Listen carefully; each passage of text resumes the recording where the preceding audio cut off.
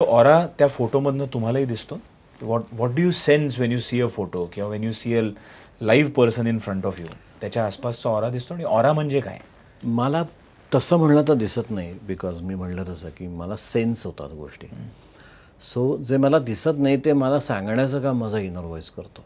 एनलायटनमेंटचा मूळ अर्थच असा असतो की ते ना निर्वाणा ही जी काही स्टेज म्हणजे भावसमाधी आणि पूर्णसमाधी अवस्था ह्याच्यामध्ये कुठेतरी ते ऑलरेडी पोचलेले असतात. आणि सगळ्यात महत्त्वाचं म्हणजे षडरिपू जे आपण मानतो, काम, क्रोध, मद, मोह, माया आणि मत्सर, ह्याच्या कुठेतरी फार पलीकडे हे लोक गेलेले असतात.